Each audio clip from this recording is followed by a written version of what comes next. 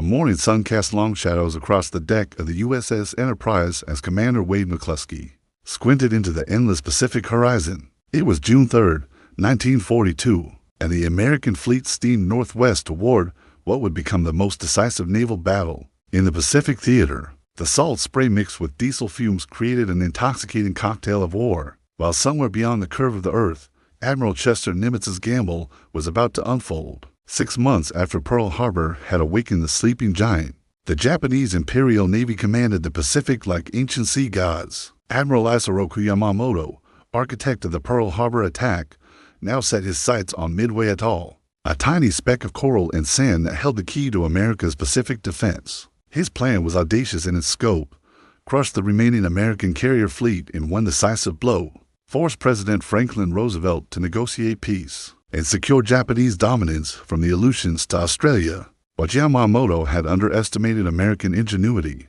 In the basement of Pearl Harbor's administration building, a team of cryptanalysts led by Commander Joseph Rockford had been working around the clock, their minds sharp as razors as they dissected Japanese naval codes. Through sleepless nights filled with cigarette smoke and cold coffee, they had cracked the enemy's communications, revealing Operation MI: Assault on Midway. Admiral Nimitz, Commander-in-Chief of the Pacific Fleet, studied the decoded messages with the intensity of a chess grandmaster. His weathered face bore the weight of command as he realized this was America's chance to turn the tide. The Japanese expected to face a demoralized, scattered American force. Instead, they would encounter a carefully laid trap.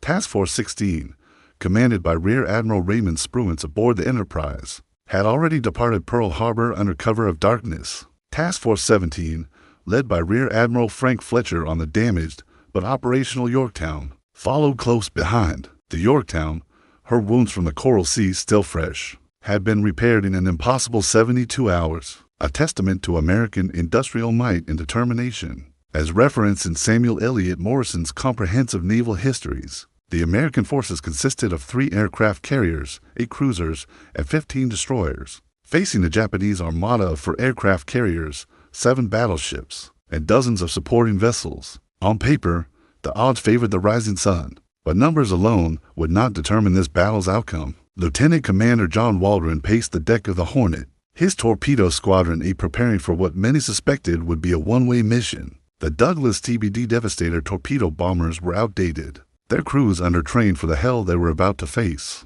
Yet these men, average Americans from farms and factories, carried with them something the enemy couldn't quantify: the righteous fury of a free nation under attack. The stage was set on this remote patch of ocean, where coral reefs rose from depths that had witnessed no human conflict for millennia. Midway Atoll, with its 2 tiny islands barely 6 miles across, would soon become the fulcrum upon which the entire Pacific War would pivot. The trap was baited, the players positioned, and destiny held its breath as 2 mighty fleets converged on coordinates that would be remembered forever. Admiral Chuichi Nagumo stood rigid on the bridge of the aircraft carrier Akagi, his flagship cutting through the pre-dawn darkness like a samurai sword through silk. The same man who had led the devastating attack on Pearl Harbor now commanded the Kido Butai, the most powerful carrier striking force the world had ever seen. Behind him sailed the Kaga, Soryu, and Hiryu, their flight decks crowded with the finest naval aircraft in the Pacific: Mitsubishi Zero fighters, Aichi dive bombers, and Nakajima torpedo planes that had terrorized the live forces from Hawaii to Ceylon. The Japanese plan unfolded with the precision of a kabuki drama. While Nagumo's carriers approached from the northwest, Vice Admiral Nobute Kando's invasion force steamed from the southwest, carrying 5,000 troops destined for Midway's beaches. To the north, a diversionary force struck the Aleutian Islands, hoping to draw American attention away from the main assault. It was a masterpiece of naval strategy, conceived by minds that had studied warfare since childhood and executed by crews drunk on 6 months of uninterrupted victory. Captain Mitsuo Fukuda, hero of Pearl Harbor, lay in the Akagi's sick bay, his appendix having betrayed him at the worst possible moment. His absence would prove more significant than anyone could imagine, as the man who had coordinated the most successful carrier attack in history would miss the battle that would define Japan's naval fate. Commander Mitsuru Fukuda took his place, but the shoes of a legend are never easily filled. At 0430 on June 4, 1942, Nagumo launched his first wave against Midway. 108 aircraft rose from the 4 carriers, their engines harmonizing in a symphony of destruction. Leading them was Lieutenant Joichi Tominaga, a pilot whose skill matched his courage, commanding 36 Nakajima bombers escorted by 36 Zeros. The remaining aircraft, 18 Aichi dive bombers, would target any American ships foolish enough to show themselves. On Midway itself, radar operators watched their screens with growing alarm as the green blips multiplied. Like deadly fireflies, Major Lofton Henderson, commanding Marine Fighting Squadron 211, scrambled his obsolete Brewster Buffalo fighters into the dawn sky. These men knew they flew inferior aircraft against superior pilots, yet they climbed toward the rising sun with a determination that would define the greatest generation. The first clash occurred 30 miles from Midway as 26 Marine fighters met the incoming Japanese strike. The sky erupted in tracer fire and burning aviation fuel as Zeros carved through the American formation. Like sharks through a school of fish, Major Henderson's aircraft took a direct hit, sending him spiraling into the Pacific. But his sacrifice bought precious minutes for Midway's defenders. Lieutenant Colonel Arakimes, commanding the 6th Defense Battalion, watched the approaching enemy aircraft through his binoculars as his Marines manned anti-aircraft guns positioned around the atoll. These men, many of them barely out of high school, had trained for this moment in the heat of Camp Pendleton and the humidity of Hawaii. Now, with the fate of the Pacific hanging in the balance, they prepared to write their names in history with courage and blood. The Japanese bombers swept over Midway like avenging angels, their payloads transforming hangars and fuel dumps into towering infernos. Yet the crucial installations, the runways, remain operational. Tominaga, circling above the smoke and flames, radioed his assessment back to Nagumo.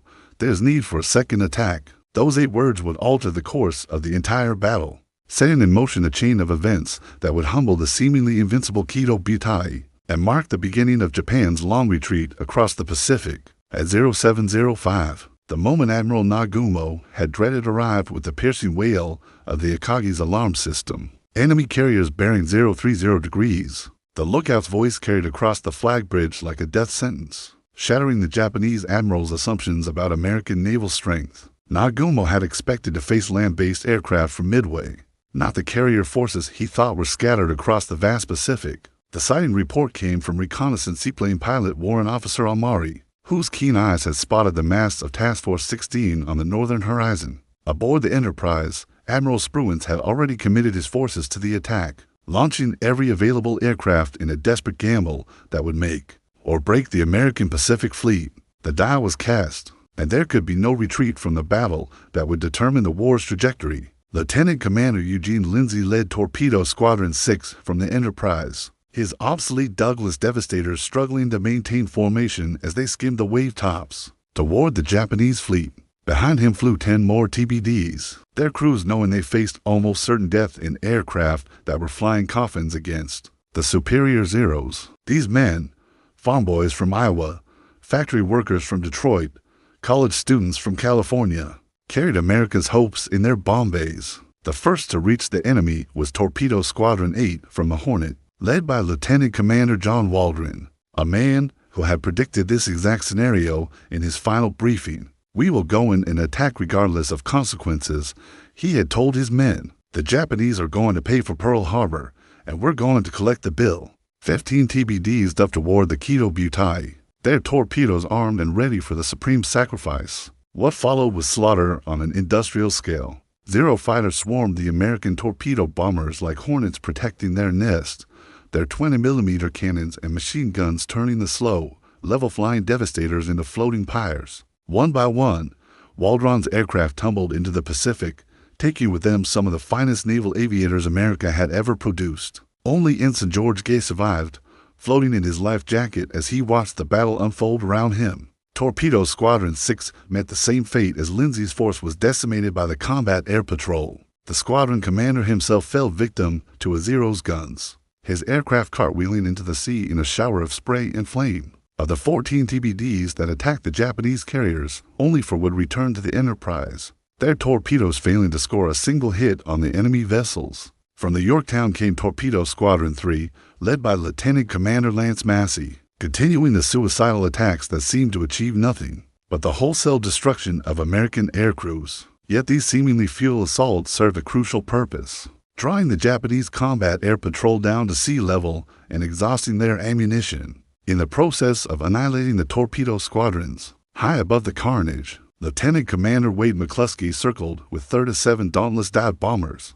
from the Enterprise, searching desperately for the Japanese carriers that intelligence had placed in his assigned sector. Fuel gauges showed critical levels, and some aircraft were already turning back toward their carrier when McCluskey spotted the white wake of the destroyer Arashi, northward to rejoin the main fleet after depth charging the submarine Nautilus. As documented in combat reports analyzed by the Naval War College, McCluskey's decision to follow the Arashi's wake would prove to be one of the most crucial choices in naval history. The destroyer led him straight to Nagumo's carriers, just as the Japanese admiral was making his own fateful decision to rearm his aircraft for a second strike on Midway, leaving his flight decks crowded with fueled and armed aircraft, perfect targets for the diving American bombers that were about to transform the Pacific War in a matter of minutes. At 10:24 a.m. on June 4, 1942, Lieutenant Commander Wade McCluskey pushed his Dauntless dive bomber into a 70-degree dive, the Azure Pacific rushing up to meet him.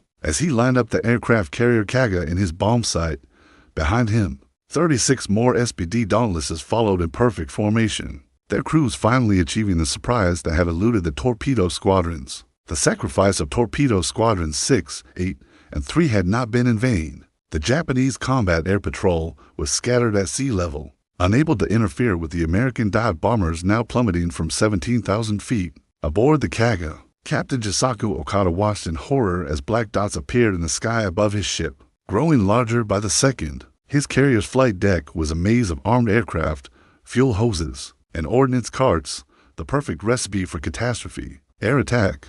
The warning came too late as McCluskey's 1,000-pound bombs smashed through the flight deck near the island, detonating among the rearming Nakajima bombers below.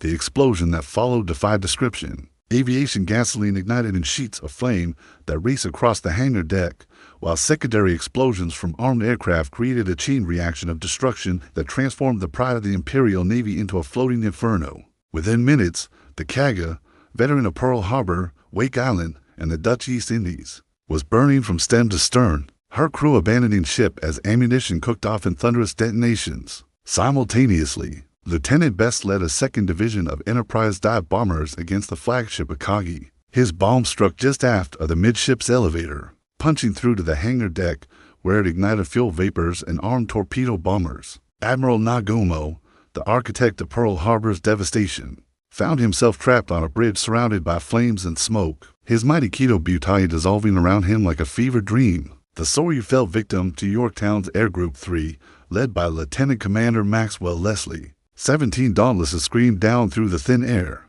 their pilots fighting G-forces that threatened to crush consciousness from their bodies. Lieutenant Commander Leslie's own bomb release mechanism had malfunctioned earlier, leaving him weaponless, while he continued to lead his squadron through the anti-aircraft fire that rose from the Japanese fleet like a deadly roara. Within 20 minutes, Captain Ryusaku Yanagimoto's carrier was also ablaze, her crew fighting desperately to contain fires that raged beyond control. The captain chose to go down with his ship, tied to the bridge as the Soryu settled beneath the waves. As referenced in Gordon Prange's definitive account Miracle at Midway, these 5 minutes, from 10:24 to 10:29 a.m., witnessed the destruction of 3 Japanese aircraft carriers and fundamentally altered the balance of naval power in the Pacific. The Kido Butai, which had seemed invincible just hours before, was reduced to a single operational carrier, the Hiryu, while hundreds of Japan's most experienced naval aviators perished in the flames. Captain Tomio Kaku of the Soryu exemplified the samurai spirit that had driven Japanese expansion across the Pacific. As his ship burned around him, he calmly supervised damage control efforts until the order came to abandon ship. Even then, he remained at his post, choosing honor over survival in a gesture that symbolized both the nobility and futility of Japan's Pacific campaign. The American dive bomber pilots, their fuel gauges showing empty tanks and their hearts pounding with adrenaline, turned back toward their carriers with the knowledge that they had achieved something unprecedented in naval warfare. In 5 minutes of coordinated attack, they had crippled the most powerful naval striking force in the world, proving that American industrial might and fighting spirit could triumph over seemingly impossible odds. Captain Tomio Kaku stood on the burning deck of the Soryu, smoke and flames creating a hellscape that would have challenged Danny's imagination. as his carrier listed to starboard, her magazines exploding in spectacular fireworks of destruction. The veteran officer calmly issued orders to save his crew while accepting his own fate. "I will remain with the ship," he announced to his staff, embodying the Bushido code that had sustained the Imperial Navy through decades of expansion. "Abandon ship, but remember, we die as warriors of the Emperor." Meanwhile, aboard the sole surviving Japanese carrier Hiryu, Rear Admiral Taman Yamaguchi faced a decision that would define his legacy. Known throughout the fleet as one of Japan's most aggressive commanders, Yamaguchi had watched 3 of his fellow carriers transform into floating crematoriums. Now, with only his ship remaining operational, he prepared to strike back with the fury of a cornered tiger, launching every available aircraft in a desperate counterattack against the American fleet. Lieutenant Michio Kobayashi led 18 Aichi dive bombers from the Hiryu's deck, their engines straining as they climbed toward the coordinates where the American carriers waited. Behind them followed 6 Zeros, all that remained of the combat air patrol that had once seemed invincible. These pilots, veterans of Pearl Harbor and the Dutch East Indies, understood they were flying into history either as victorious heroes or honorable dead. The attack found the Yorktown, Admiral Fletcher's flagship. As she recovered aircraft from the morning's strikes, dive bombers screamed down through a curtain of anti-aircraft fire that turned the sky into a deadly constellation of black puffs and orange tracers. Despite the defensive barrage, 3 bombs struck the carrier, penetrating her flight deck and exploding deep within her hull. The Yorktown, already damaged from the Battle of the Coral Sea, shuddered under the impact as fires erupted throughout her interior spaces. Captain Elliot Buckmaster fought to save his ship as damage control parties battled blazes that threatened the Yorktown's aviation fuel storage. The carrier's speed dropped to 6 knots as engineering crews worked miracles to keep steam flowing to her turbines. Within 2 hours, through superhuman effort and American ingenuity, they had the ship making 20 knots again, her flight deck operational despite the damage. But Yamaguchi wasn't finished. At 2:30 p.m., he launched his final strike, 10 Nakajima torpedo bombers and 6 Zeros, the last operational aircraft remaining to the Kido Butai. His aircraft leaked fuel from battle damage, ensuring he couldn't return to the Hiryu even if he survived the attack. The torpedo bombers approached the American fleet at masthead height, their crews knowing they faced the same fate that had claimed their American counterparts. Earlier that morning, Hellcat fighters and anti-aircraft fire created a wall of steel and flame, but Tomonaga's pilots pressed their attack with samurai determination. The torpedoes struck the Yorktown, their explosions lifting the carrier's hull and flooding her engineering spaces with thousands of tons of Pacific Sea water. As documented in the official U.S. Navy battle reports, the Yorktown began listing to port as Captain Buckmaster ordered abandoned ship. Sailors slid down ropes into the oil-slicked water, while destroyers moved in to rescue survivors.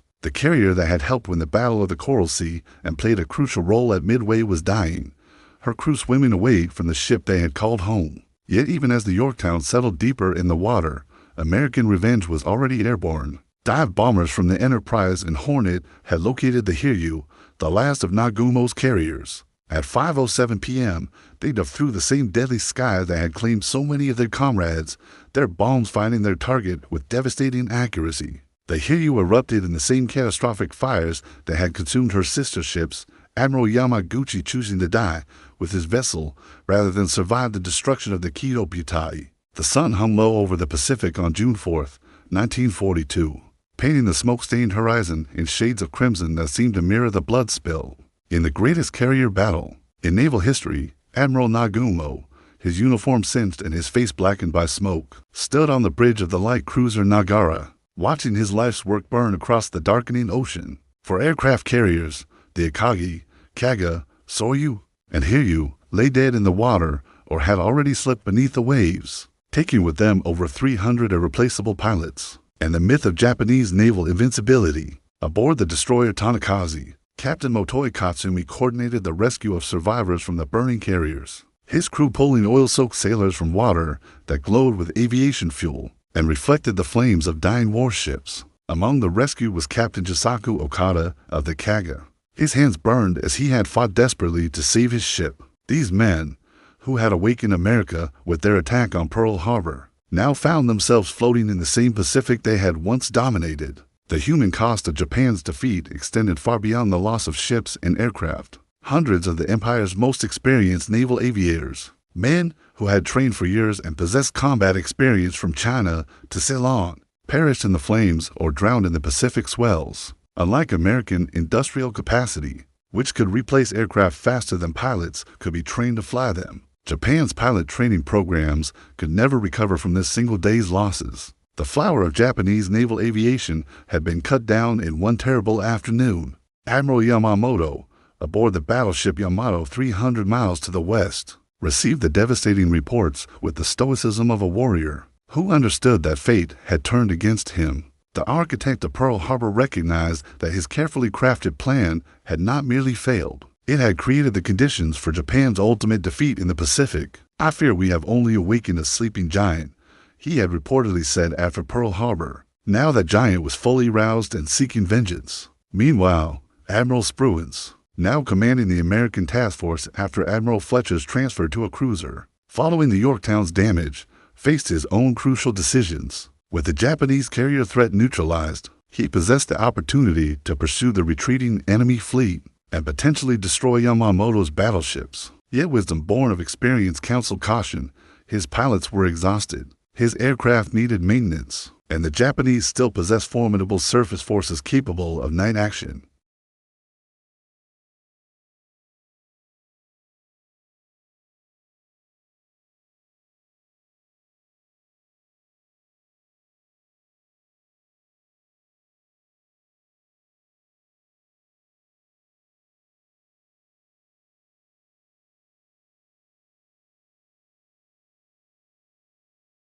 As darkness fell on June 4th, search planes from both fleets crisscrossed the Pacific, hunting for enemy forces while rescue operations continued around the clock. The waters around Midway bore witness to acts of heroism that transcended nationality. Japanese destroyers rescued American aviators, while American ships pulled Japanese sailors from burning oil slicks, proving that even in warfare's darkest moments, humanity could triumph over hatred. As referenced in Edwin Hoyt's comprehensive analysis, How They Won the War in the Pacific, the Battle of Midway represented more than a tactical victory. It marked the beginning of America's unstoppable advance across the Pacific. The strategic initiative had passed permanently to the United States, setting in motion the island-hopping campaign that would culminate 3 years later in Tokyo Bay. The night brought little rest for either fleet. Damage control parties aboard surviving ships worked to repair battle damage while intelligence officers analyzed the day's events, seeking lessons that might prevent future disasters. For the Japanese, the realization was stark. They had lost not just ships and planes, but their offensive capability in the Pacific theater. Dawn on June 5, 1942, revealed the full magnitude of America's triumph and Japan's catastrophe. The Pacific, stained with oil and debris from the previous day's carnage, stretched endlessly under skies that seemed clearer than they had in months, as if the very atmosphere had been cleansed by the elimination of the threat that had terrorized the Pacific for 6 months. For Japanese aircraft carriers rested on the ocean floor, their hulks serving as monuments to the hubris that had driven the empire to challenge American industrial might and fighting spirit. The submarine Nautilus, commanded by Lieutenant Commander William Brockman, surfaced near the burning hulk of the Soryu to observe the Japanese carrier's final moments. Through his periscope, Brockman watched Captain Yamamoto's ship settle by the bow, her flight deck awash as the Pacific claimed another victim. The submarine that had been depth-charged by Japanese destroyers earlier in the battle now bore witness to the enemy's defeat, her crew understanding they had participated in history's turning point. Admiral Yamamoto, his dream of a decisive naval battle finally realized, but in the worst possible way, ordered the cancellation of Operation Me. The invasion force bound for Midway received new orders to withdraw, their transport ships turning away from the atoll they would never see. The Japanese admiral, who had studied at Harvard and understood American character, knew that this defeat would unleash the full fury of a nation roused to righteous anger. Aboard the cruiser Portland, Rear Admiral Raymond Spruance contemplated his next moves with the careful consideration that had marked his entire career. The Japanese fleet was retreating westward, but pursuit carried enormous risks. His pilots were exhausted, his aircraft needed maintenance, and Japanese submarines still prowled the waters around Midway.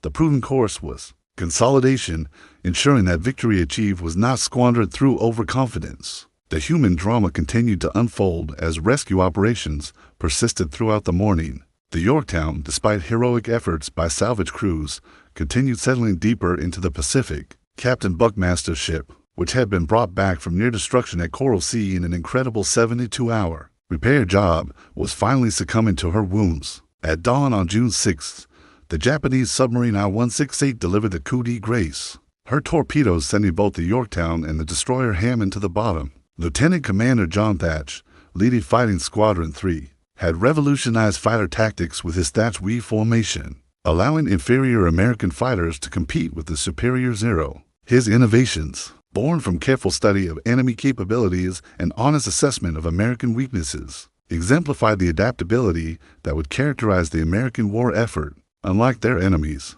Americans learned from their mistakes and improved their methods with each engagement. The strategic implications of Midway's outcome rippled across the Pacific theater, like waves from a massive explosion. Japanese expansion, which had seemed unstoppable since Pearl Harbor, ground to a permanent halt. Never again would Japanese forces advance eastward from Midway forward. The rising sun would be in constant retreat, dreadful. As referenced in Samuel Eliot Morrison's 15-volume History of U.S.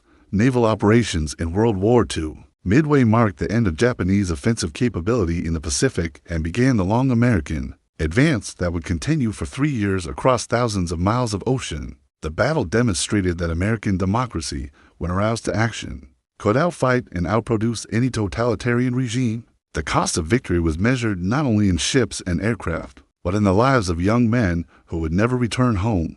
Torpedo Squadron 8 was virtually annihilated, with only Ensign George Gay surviving the slaughter that had drawn Japanese fighters down to sea level. His men, flying obsolete aircraft in suicidal attacks, had died so that the dive bombers could achieve their devastating surprise. Their sacrifice would not be forgotten. In Washington, President Roosevelt received news of the victory with the satisfaction of a leader who had correctly judged his nation's character. The sleeping giant was fully awakened now, its industrial might turning out ships, planes, and weapons faster than any enemy could destroy them. From the factories of Detroit to the shipyards of California, American workers understood that Midway had given them the time they needed to build the arsenal of democracy that would win the Pacific War. The Battle of Midway ended not with dramatic surrender ceremonies or treaty signings, but with the simple recognition that the tide of war had turned decisively. Japan's gamble had failed, America's trap had succeeded, and the long road to Tokyo Bay stretched ahead through countless islands